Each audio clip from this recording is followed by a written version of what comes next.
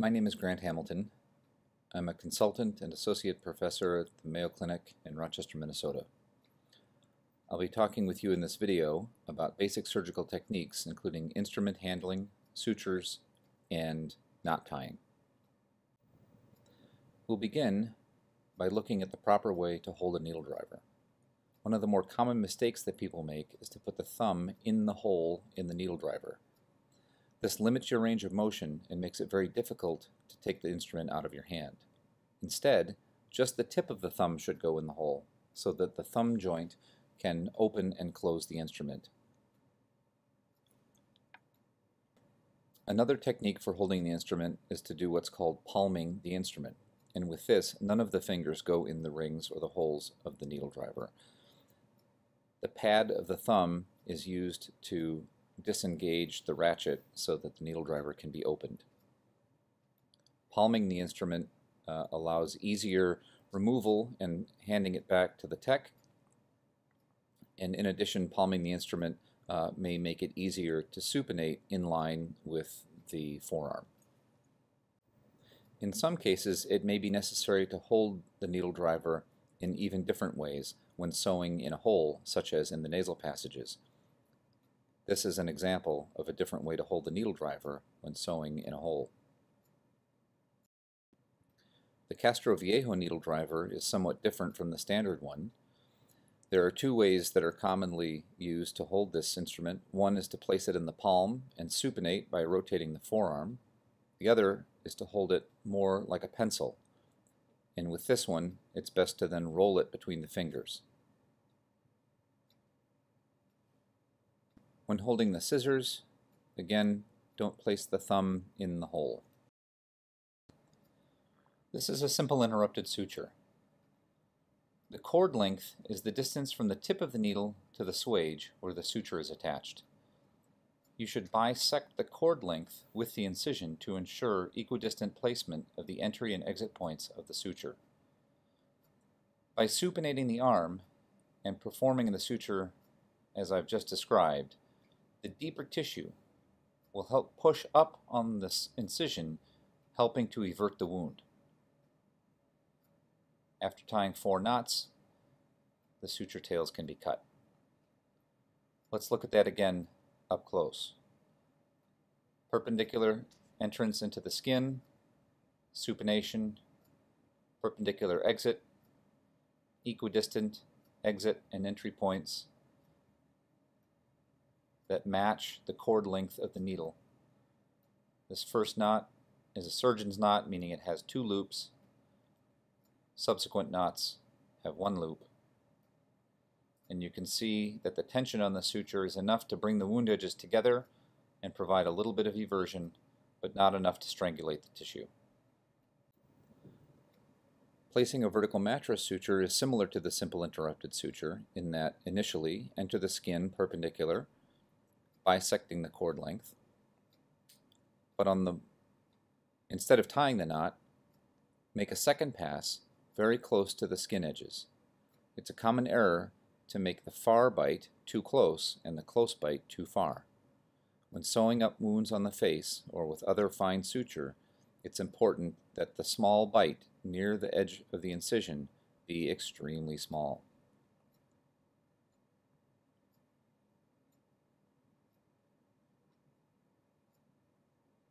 It's helpful to make a small pulley with the needle driver so that these small tissue bridges don't get torn.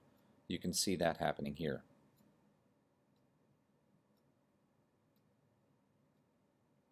And when tying this knot, the skin edges should be approximated closely together, but it should not be overly tight. The goal of a vertical mattress suture is gentle eversion of the skin edges and close approximation without a level mismatch. It should not be so tight that it heaps things up into a wall of flesh.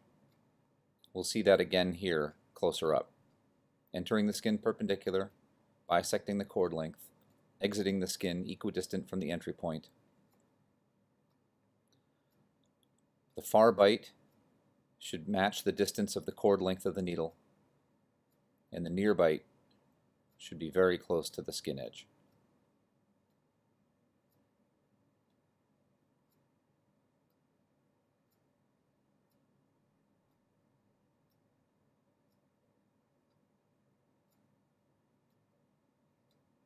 Here you can see that pulley, so that we're always pulling the suture in line with the passes of the needle.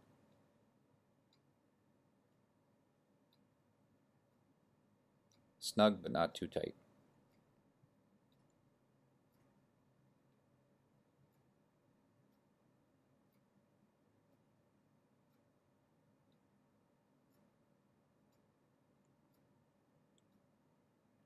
Next is a horizontal mattress suture. This is used extremely infrequently in closures of lacerations or incisions on the head and neck. However, it's important to know the principle behind this in case it's needed. This type of closure is more commonly done with fascia or wounds that are under some tension. This is essentially two simple interrupted sutures next to one another, closed in a circle. You can see that there's some bunching of the skin, and there may be some decreased blood supply to the area inside the suture. That's why this is maybe better suited to things like fascia and other tissues that aren't as vascular. This is a running subcuticular suture. This can be helpful for skin closure when there are several other deep sutures already helping to hold the skin together. The entry point is distal to the beginning of the incision, and the needle should be placed through the skin somewhat obliquely to its surface. That will help with maximizing the eversion. You can see that the entry point for each pass is a millimeter or so backed up from where it would normally be directly across.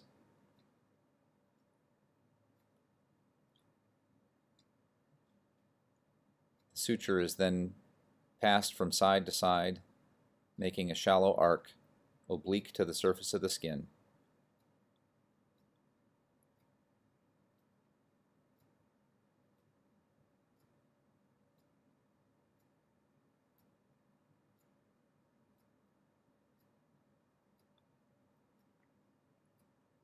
It's important to make sure that the entry and exit points of the needle are all at the same depth. If there's a small level mismatch when performing this closure, it's nearly impossible to fix without doing it all over again.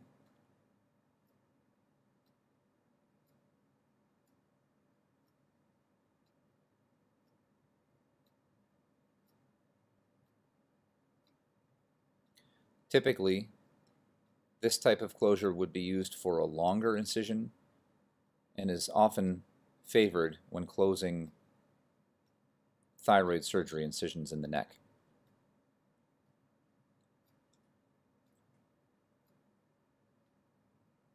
This is the final pass within the wound. The last pass will again go through the apex and then out through the skin. These free ends can then be either taped down with steri strips, glued down with dermabond, and you can see how that brings everything together. This is an inverted simple interrupted suture. You can see the entry point goes from deep to superficial and then superficial to deep. By doing it that way, the knot is then at the bottom of the suture and deeper in the wound, making it less likely to extrude through the surface. Although this is being shown with a nylon suture, this would not typically be done with a permanent suture like nylon or Prolene. This would be done with an absorbable suture.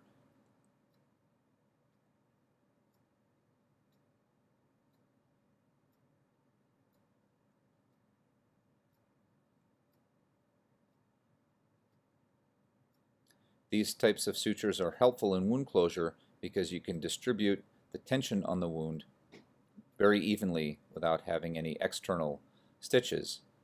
External stitches are often placed afterwards to better align the wound edges. When cutting the knot, it should be cut right on the knot.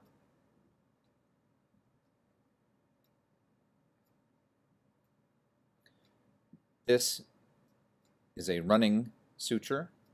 This is essentially multiple simple interrupted sutures that are placed without cutting both ends of the suture in between passes.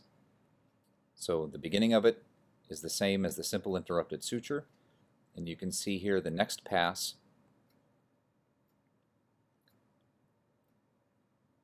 is leaving the tail of the suture intact, and again bisecting the cord length.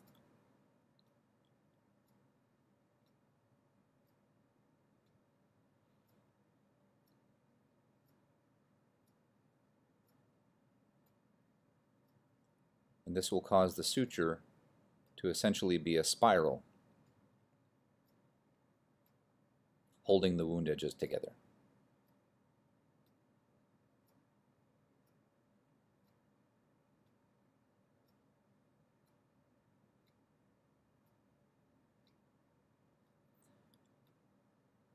The main advantage to a suture like this is that it saves some time by not having to tie knots all along the length. So it tends to be favored for incisions that are long and straight and flat.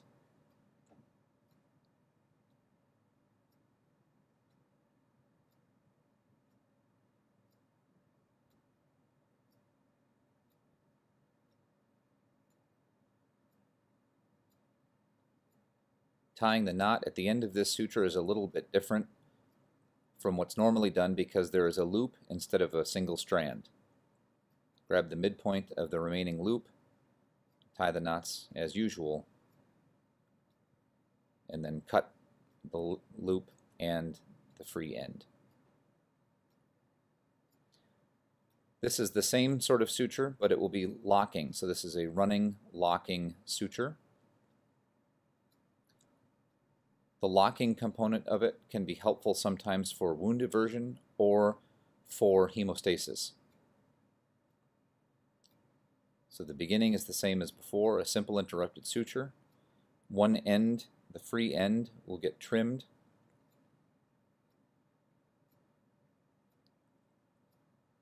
And then it will be run in a very similar manner to the running suture. But instead, the needle will be passed through the loop made by the suture. This will cause the lock.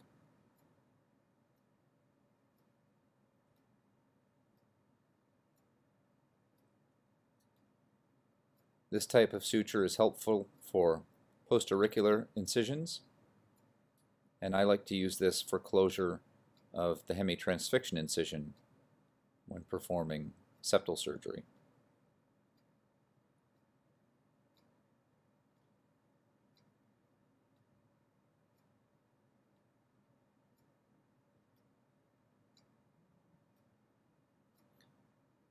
You can see that I'm able to do most of these closures without using forceps to grab the skin.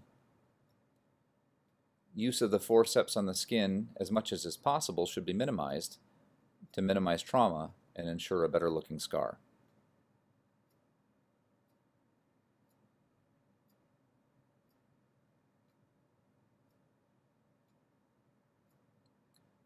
Completing this suture is the same as before, grabbing that free loop and tying it down.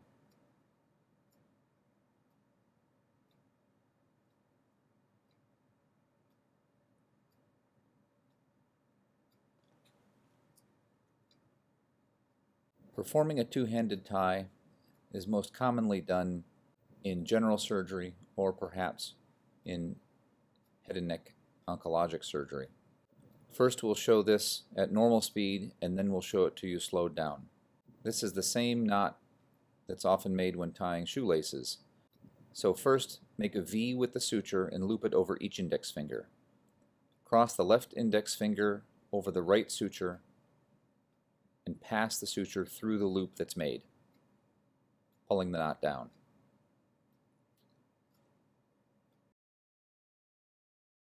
Next, loop it around the thumb, and then on the index finger, and then pass the suture through the loop. This is the same knot, but performed in two different ways.